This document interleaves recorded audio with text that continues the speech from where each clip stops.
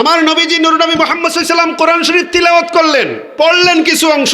বিনা উজুতে কোরআন শরীফ তিলাওয়াত করা যায় সকল উলামায়ে কেরামের ঐক্যমতে। তবে নাপাক অবস্থায়, নাপাকের মানে একদম যেটা বড় নাপাক, আপনি যদি আপনার উপর যদি গোসল ফরজ হয়ে থাকে তাহলে, অথবা হায়েজওয়ালি আওরত, শব্দ উচ্চারণ করতে পারবে কিন্তু তিলাওয়াত করতে পারবে না, আয়াত তিলাওয়াত করতে পারবে না, এটা সকল উলামায়ে কেরামের মত। নাপাক অবস্থায় মানে ওই যে যাদের উপর গোসল ফরজ তারা কোরআন শরীফ তিলাওয়াতও করতে পারবে না, কিন্তু যদি তার উপর গোসল ফরজ না হয় তাহলে সে কোরআন শরীফ তিলাওয়াত করতে পারবে। এটাই করেছেন রাসূলুল্লাহ। ভার্সিটির মাল এটা দিয়ে দলিল দিছে, কোরআন শরীফে ধরছেন।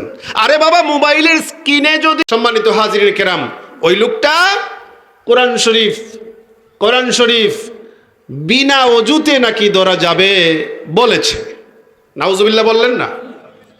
কোরআন শরীফ বিনা উজুতে কোরআন শরীফ ধরা যাবে কি যাবে না, লোকটা নাকি আবার দলিলও দিয়েছে রাসূলুল্লাহ থেকে, রাসূলুল্লাহ বাথরুম থেকে, মানে যেটা আমাদের দেশের বাথরুম না, মানে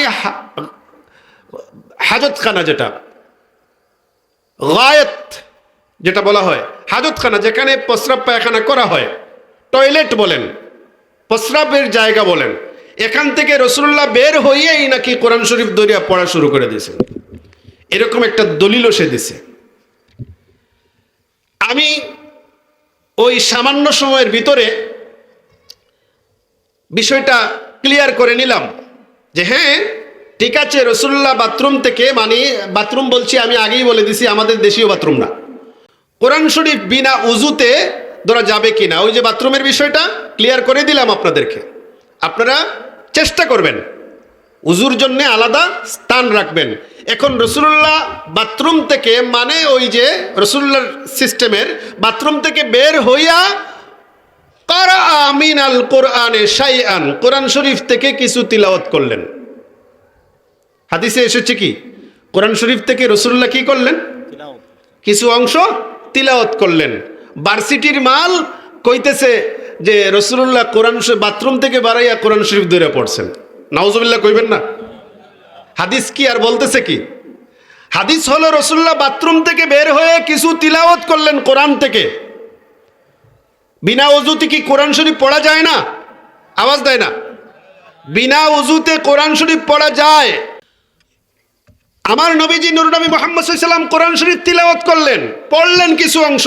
বিনা উজুতে কোরআন শরীফ তিলাওয়াত করা যায় সকল উলামায়ে কেরামের ঐক্যমতে। তবে নাপাক অবস্থায়, নাপাকের মানে একদম যেটা বড় নাপাক, আপনি যদি আপনার উপর যদি গোসল ফরজ হয়ে থাকে তাহলে, অথবা হায়েজওয়ালি আওরত, শব্দ উচ্চারণ করতে পারবে কিন্তু তিলাওয়াত করতে পারবে না, আয়াত তিলাওয়াত করতে পারবে না, এটা সকল উলামায়ে কেরামের মত। নাপাক অবস্থায় মানে ওই যে যাদের উপর গোসল ফরজ তারা কোরআন শরীফ তিলাওয়াতও করতে পারবে না, কিন্তু যদি তার উপর গোসল ফরজ না হয় তাহলে সে কোরআন শরীফ তিলাওয়াত করতে পারবে। এটাই করেছেন রাসূলুল্লাহ। ভার্সিটির মাল এটা দিয়ে দলিল দিছে, কোরআন শরীফে ধরছেন। আরে বাবা, মোবাইলের স্ক্রিনে যদি মাসহাফে ওয়া হুয়া আলা গায়রি ওযুইন, যে কোনো মুসলিমের জন্য জায়েজ নেই, যারা মুশরিক আছে তাদের তো ধরতেই পারবে না, কোনো মুসলিমের জন্য জায়েজ নেই যে কোরআন শরীফ উজু ছাড়া ধরবে। ফতোয়া দিতে গিয়ে বিনবাজের আলাদা পেজ আছে, কিতাব লাগে না। বিনবাজের কি আলাদা পেজ আছে। এই বিনবাজের পেজ যেটা আছে, আব্দুল্লাহ বিন বাজের পেজ যেটা আছে, এই পেজে দেখুন না, এই পেজে আছে লা ইয়াজুজু লিল মুসলিমি মাসুল মাসহাফি ওয়া হুয়া আলা গায়রি ওযুইন ইনদা জুমহুরি আহলিল ইলম।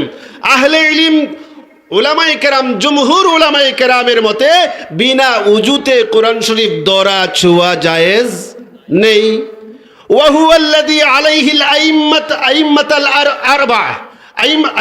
আরবা, এর উপর চার মাযহাবের ইমামগণ রাদিয়াল্লাহু আনহুম, চার মাযহাবের ইমামগণ রিদওয়ানুল্লাহি আলাইহিম আজমাইন, ওনাদের ফতোয়া, চার মাযহাবের ফতোয়া এর উপর।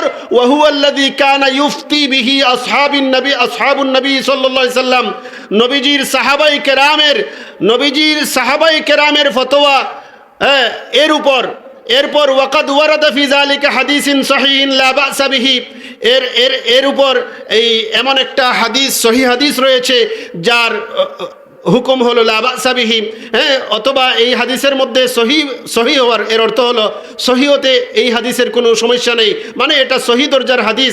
এই হাদিসটা তিনি বলতেছেন যে আন্নান নবিয়্য সাল্লাল্লাহু আলাইহি সাল্লাম, হ্যাঁ, আমর ইবনে হাজম রাদিয়াল্লাহু তাআলা আনহু তিনি বর্ণনা করেছেন রাসূলুল্লাহ থেকে যে আন্নান নবিয়্য সাল্লাল্লাহু আলাইহি সাল্লাম কাতাবা ইলা আহলিল ইয়ামান, ইয়ামানবাসীদেরকে রাসূলুল্লাহ লিখে পাঠালেন, মানে রাসূলুল্লাহ কোনো সময়ে বিভিন্ন এলাকায় লিখে পাঠাতেন, ফতোয়া লিখে পাঠাতেন, আন্না আল্লাহ ইয়ামাসাল কুরআনা ইল্লা তাহিরুন, যে কোরআন শরীফ পবিত্রতা ছাড়া কোরআন শরীফ ধরবে না।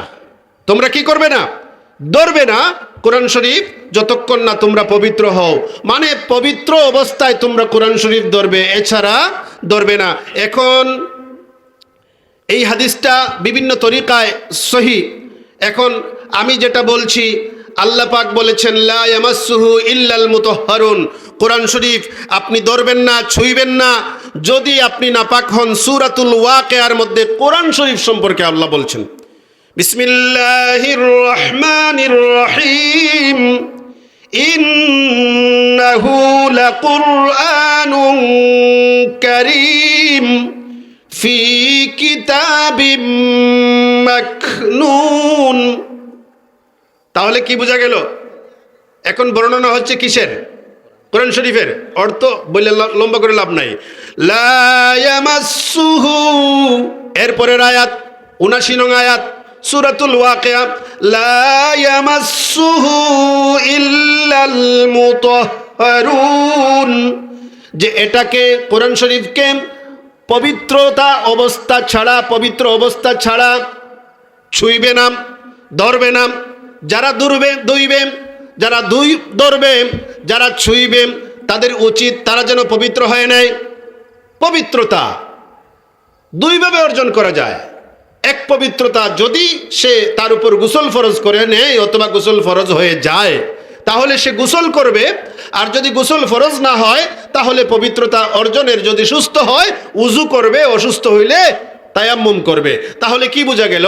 যে ভার্সিটির মালের ফতোয়ার দেওয়ার অধিকার নাই। কথা বলেন না? ভার্সিটিতে ইংরেজি পড়িয়েছে অথবা আর যাই পড়ছে, এরা ফতোয়া দেবে কেন? আরে বাবা, ওয়াজ করে যা। কোরআন শরীফের সাথে তোমার এত কিসের লাগ? কিসের?